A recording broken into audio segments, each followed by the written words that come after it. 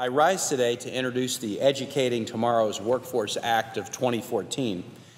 This is a bipartisan bill with Senator Portman, who will follow me on the floor today. Senator Portman and I are working together as co-chairs of the Senate Career and Technical Education Caucus. Let me first just explain why career and technical education is important to me. I grew up in a household in Kansas City where my dad ran a union-organized ironworking shop. He was the owner. Iron workers and welders. In a good year, 8 employees. In a bad year, 5 employees. My mother and my brothers and I worked in my dad's shop. And I came to appreciate working in that ironworking shop, the tremendous craftsmanship and skill that went into being an iron worker.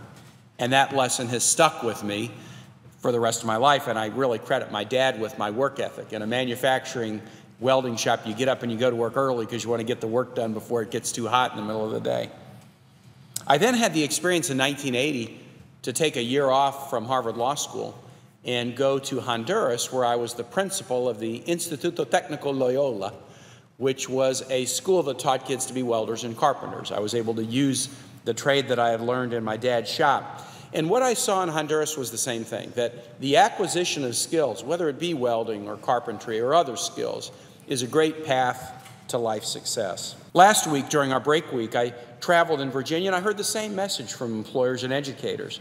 Education has got to be job relevant, has to start at earlier grades. Completion rates need to be maximized. We need to make sure that all of our students have the skills that they will need to be able to build successful careers throughout their lives. One entrepreneur even said to me, "I'm so glad I ended up going to the Valley Career and Technical Education Program in the Shenandoah Valley and went into CTE because it has enabled me to be my own boss." I said, "Well, what do you mean about that?"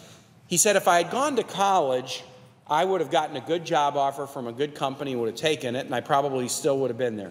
I would have been having a good career, but somebody else would have been my boss. But by going to a career and technical program and learning a skill, it also encouraged me to be entrepreneurial. And so I didn't join somebody else's company. I started my own company. CTE promotes entrepreneurial activity. It's essential for the U.S. to invest in creating a world-class system of education across the spectrum to ensure the technically skilled and well-trained workforce that we need. And that's why we are introducing this bill, Senator Portman and I, the Educating Tomorrow's Workforce Act. Here's what the legislation does. It takes the existing Carl D. Perkins Career and Technical Education Program, which is the major source for federal funding for programs that connect education to real-world careers, and it amends it by doing a couple of things. First, ensures that students have access to high-quality CTE programs in their schools so they can prepare to be college and career ready. Second, it defines what a rigorous program of study for CTE students is that links secondary and post-secondary education to culminate in a degree or a credit or a credential or a license or an apprenticeship or a post-secondary certificate.